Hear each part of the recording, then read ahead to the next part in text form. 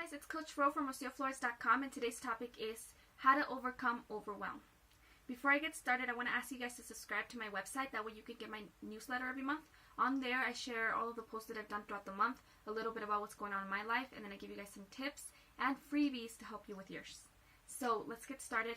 Before I start giving you the information, I want you guys to know that I have a really good resource list for stress and anxiety.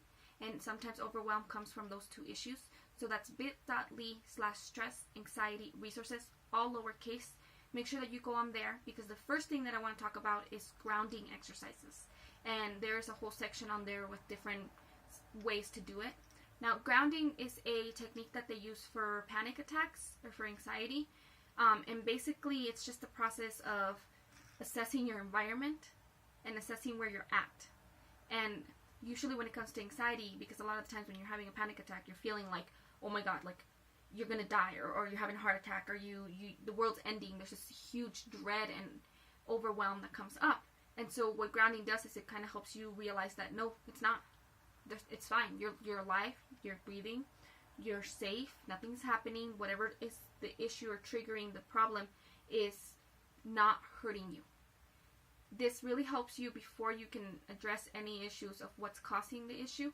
You have to first understand that you're safe.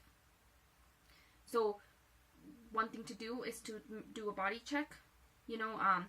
Just pay attention to what you're feeling, what's going on, what's happening. Do an environmental check, where you're at. Are you in a room? Where's the floor? Look at the wall. Look at the things that are around you. If it's an overwhelm issue related to work, what are the tasks that you're doing right now? Like, what is it that, take an inventory of, okay, so I'm reading a book and I got this to do and I got this. So just decide first what's happening, what you're doing at this moment. Okay? Now, the second tip is to ask yourself, what is causing it? Because a lot of times we're overwhelmed. Different people get overwhelmed for different reasons.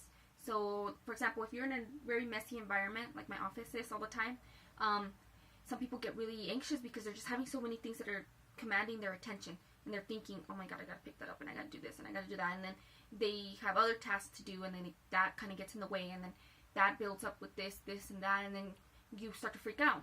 So, first of all, assess what's causing this feeling of overwhelming you. Is it a physical issue?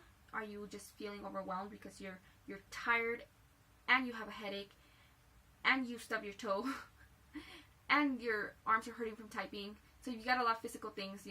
Understand where the issues are lying. Is it an emotional thing? Are you still feeling sad because your husband said something to you that was kind of hurtful, and your sister called you a name, and you just saw something painful online? I mean, there's a lot of things that could be affecting you in that moment. So stop and think about that.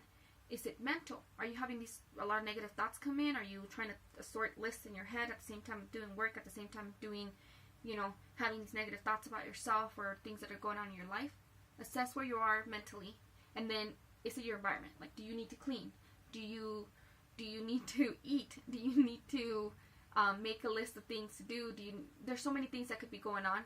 Assess it first. So make sure you take the time after you've grounded yourself and understand where you're at. Do you have a moment to do this right now? Like, the world's not going to end. You're not going to die. Nothing's going to happen. You're just going to go ahead and assess where you're at. So take the time to assess it. The next step is what can alleviate it. So be honest with yourself. Is this mess such a big issue right now that you can't focus until you clean it? How much can you clean in 30 minutes so that you can get back to your work? Are you hungry? Do you need to get up and go eat something? Go and do it. Do you need to, what is it that you need? Do you need to talk to somebody?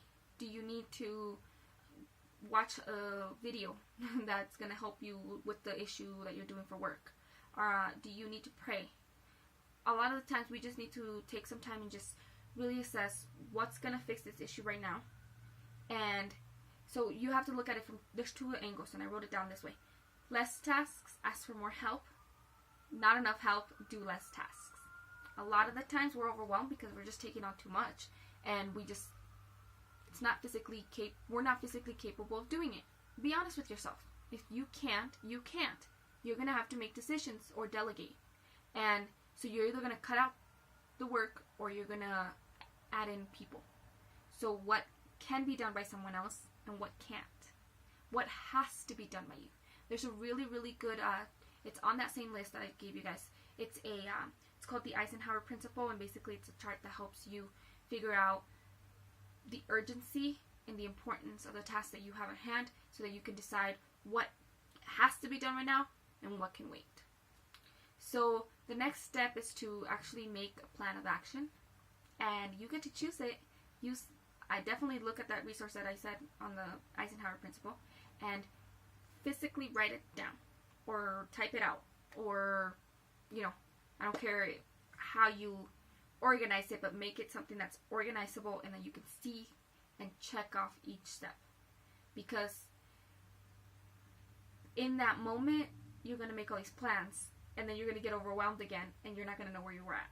So you need to be able to be like, okay, I did this. And go ahead and make plan on there so you have something to check off. And then you do your next step, your next step, your next step, and your next step.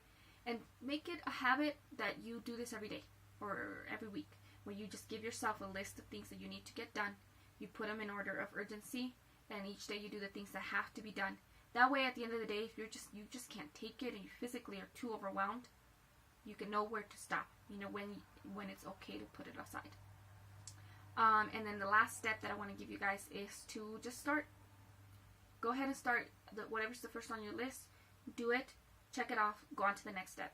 Because if you spend too much time in the planning stage or too much time in the figuring it out, you're just never going to get out of that stage. So just start. Whatever. Even if it has to be something simple like, I'm freaking out right now, but I'm too tired. Make myself some coffee. Drink the cup of coffee. Take the 10 minutes to just sit and drink the cup of coffee. And then go to the next step. And then what happens is you build momentum. That's how you get motivated. So just keep going from there. Reassess often. I do, so every Monday, the first hour of my day is me making a list of all the things I have to do. And then I have lists of lists. So like throughout the week, I'm writing stuff down on sticky notes. So by the end of the week, I have a stack of sticky notes. So I put them onto one list. And then I start to check things off. If I can't do it, it goes on to next week's list. If it has to be done, that's the first thing that I'm addressing that Monday. Every morning, I make sure I look at the list. What do I have to do today, and what will I get away with not doing today? So make sure that you are reassessing it often, or whenever that feeling of overwhelm comes back up, just take that moment to reassess your plan. But keep that plan going and keep doing the steps on it. Hopefully these tips help you guys. Make sure you check out that resource and you learn some of the ways that you can cope with stress in your life. And if you're somebody who deals with anxiety on a regular basis, make sure that you check that out so that you can get some information on how to seek help for it. I know that it's really, really hard if you are dealing with it on a daily basis. Trust me, it's possible for you to just get to a better place in life where it doesn't affect you as much. Thank you so much for watching this video. Please subscribe to my website, subscribe to my YouTube, and thank you so much for watching. I hope you have a wonderful, wonderful day. Goodbye.